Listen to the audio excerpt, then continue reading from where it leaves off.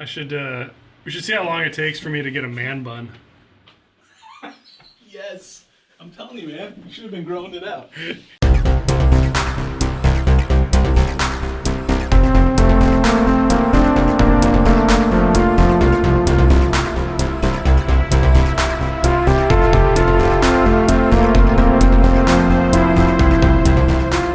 Welcome to Curiosity Public. I'm Dutch. Jules here. Dylan. That's right. We got Dylan patched in over here. He is on location still. We'll get him back in studio eventually, we think. We don't know. He might be gone forever, but hopefully not. Either way, in this episode, we are doing another one of our Ultimate Spirits competition, our amazing quest to review every single spirit on the face of the planet. And in this episode, we're reviewing none other than Woodford Reserve. That's right. This is a bourbon, one of the iconic bourbons, really. It's one of those bourbons that I always think of when I think of bourbon and bourbon flavor. It always seems to remind me of just kind of the core of what bourbon really is. But I don't want to give away too much about what I think. So I'm going to get us poured here. Dylan, you got anything else about this other than that it's bourbon? Woodford? I mean, this is where, everything started, I guess. But yeah, I mean, the Woodford goes back quite a bit. This is it currently operates out of Versailles, Kentucky, and You said it right. Yeah, they're using the techniques used by settlers in the 1770s. Bourbon is made from 72 corn, and they use cypress wood fermentation fats. Corn is from Shelby County, and it's a staple. That's kind of the best thing about Woodford. You can get it. It's readily available, and we'll decide what it scores. That's right. Readily available. I mean, average price I'd say is like in the low 30s. 35? Usually. Yeah, I'd say like 35. I think you can find it for less than that if you find it on sale places. It comes at you at 90.4 proof. That's 45.2% alcohol. And this is Brown Foreman, right? They're the owners. And let's get tasting, and we'll come back to you guys in a second with some discussion and scores. It's like revisiting an old friend. It really is. All right, guys, we've had some time to taste and to go through our scoring criteria. Let's kick things off with the good. All right. I mean, when I drink Woodford, it's like visiting an old friend. This is it. It makes you feel warm inside. It's very nice. No rough edges. It kind of goes right down the middle. I mean, this is quintessential bourbon. When you think of bourbon, you can think of Woodford. You know what you're going to get. It's always consistent. And I would say, it doesn't excel in everything, but the good is that it is a solid offering. It's not terrible. It's not phenomenal. But it's not right in the middle either. It is a good solid bourbon. So I would say the good is essentially the aroma. I mean, it's, quintessential bourbon aroma, the nose. You get the honey, the molasses, the wood. You get the fruit, the stone fruit, the stewed fruit. You get the jam. I mean, you get that rich aroma. And, it's hard to say that this is unique, but, Woodford is unique. I mean, I have to say, we have so many bourbon varieties now, but what you're going to get with Woodford, and it's becoming unique, actually. And then, I think the flavor is what you would expect. I think those are all good qualities. And I think the best part of this is the drinkability. I mean, you could sit here and drink this neat all day, all night. I mean, this is wonderful liquor for you to enjoy. So that's the good. Awesome. Jules. Yeah, no, this was great. The journey I went on this one was, going into a beehive and collecting honey. So I got honeysuckle. Winnie the Pooh. It's rumbling in my tumbly, man.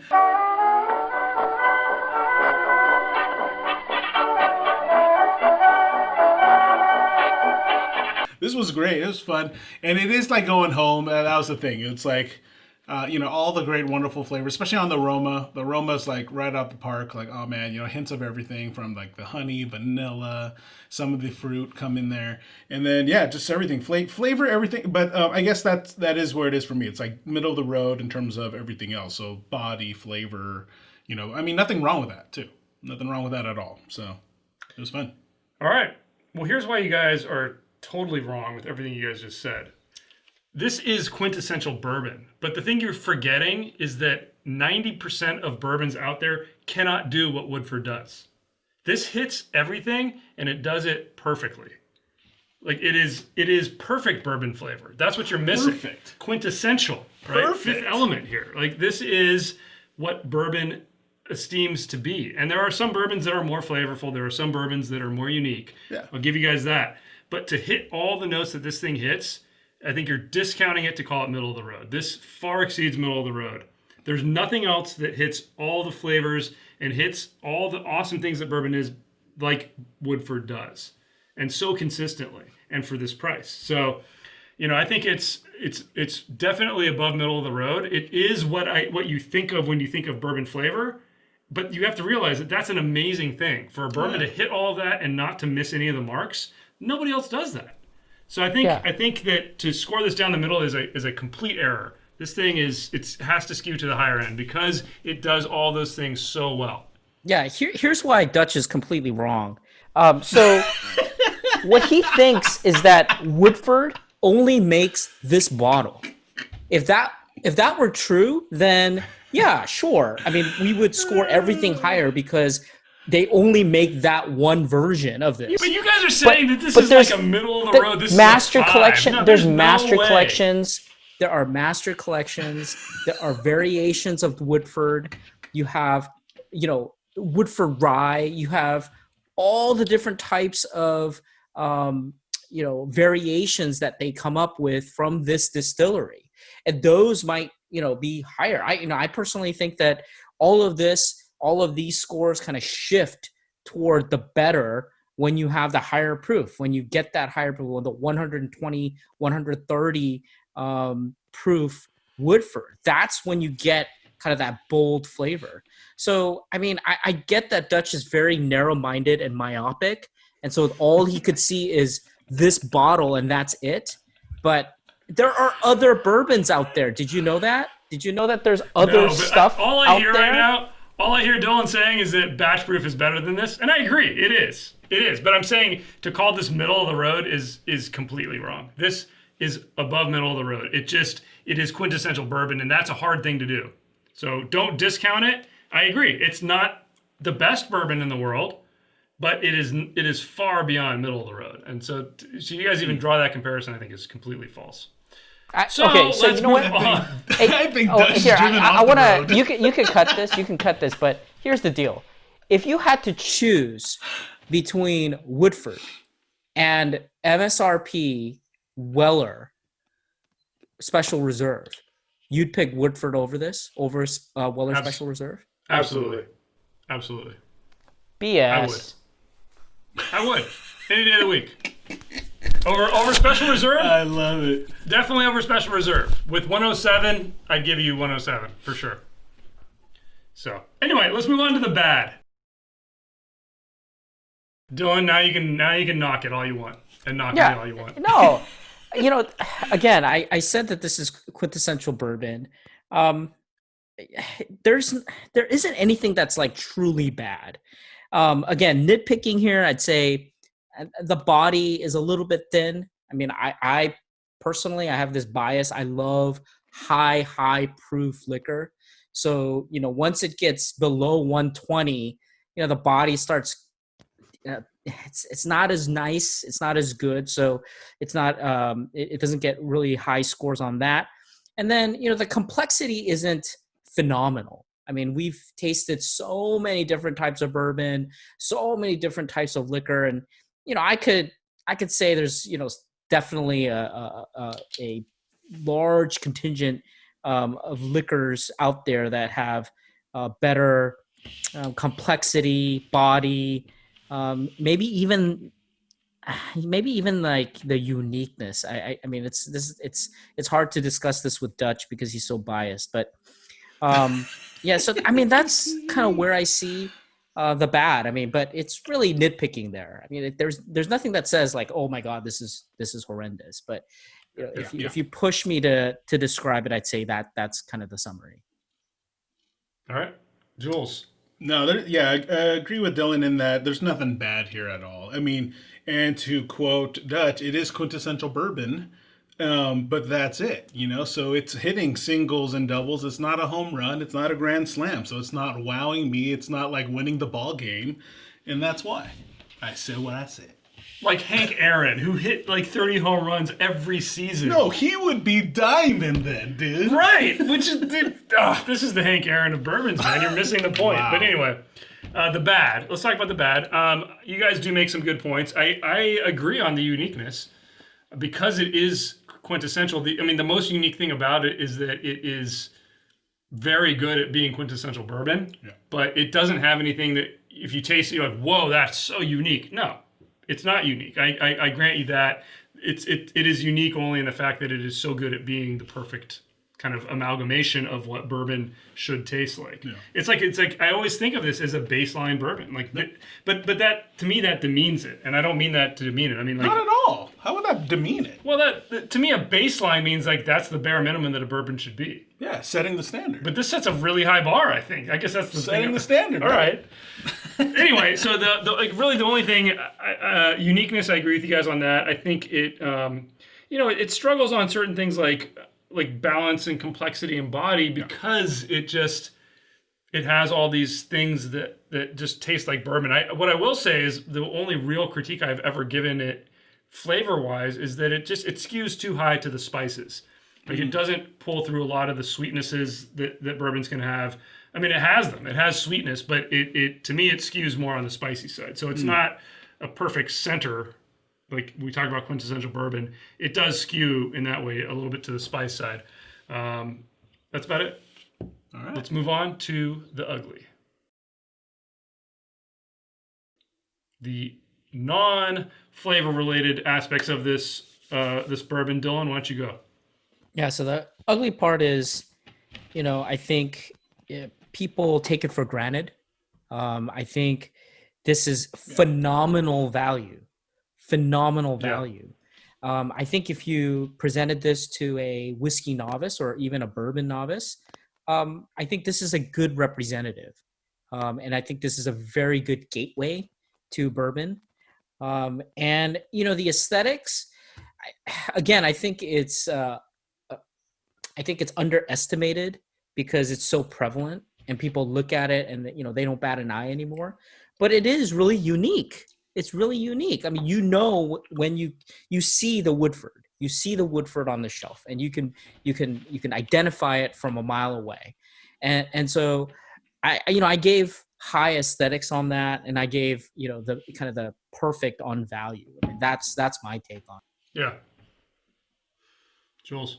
Well, the only thing ugly is, as the kids say, is an icon living. I have no idea what that is. But I agree with you, Dylan, 100%. Top marks on value. Aesthetics are. I mean, it looks awesome. There's nothing I can complain about with this bottle. It's a clear bottle. It shows off the color of the bourbon. It's fantastic. You can spot it on a shelf. I mean, I agree also that it's. You think about what you're getting for $30 to $35.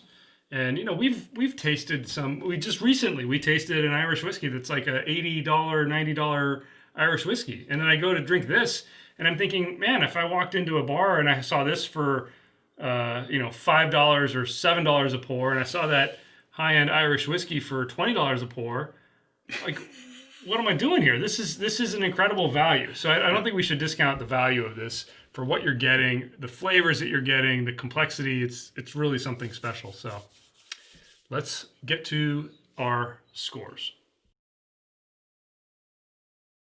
So we do have a 100-point grading system that we spread across 10 categories that include aroma, flavor, body, complexity, balance, finish, uniqueness, drinkability, aesthetics, and value. That's right. And we award medals for basically anything that gets a 60 or higher. We've got a bronze, silver, gold, diamond at 10-point intervals there. And let's get our scores. Dylan. Yeah, so I gave it a proper 69. All right. Jules. 64. All right. And I gave it a proper 77. Here we go. 77? 77. Wow. Which This guy Dang. gives this guy. Woodford a 70. Spot on. This guy. Hold on, let me redo my math here. I think that's what it deserves. I mean, 70, this is what was the final? 70. Oh. Straight up, exactly 70. Wow. 69, 64, 77 gives us a 70. It is officially a silver, just barely, just by the skin of its teeth. And I think that's deserved for it. I mean, when I think of this, I would think it's a bronze to silver bourbon, and it's right there. I'd say bronze. If it got a bronze, I'd say that's expected. Do I feel bad about silver? No. I think for what you get, this is really good. And we've done blind tastings too, and this keeps up. So Absolutely, it's certainly earned it in a value standpoint. Yeah. I mean, that alone does get it a bump. yeah. So. Cool. All right. So on that bombshell, Jules. Thumbs up, subs. Click that bell icon for notifications from Curiosity Public. Comment below. And I only understood like 50% of what he said, but what's most important is Everyone just knows. stay curious.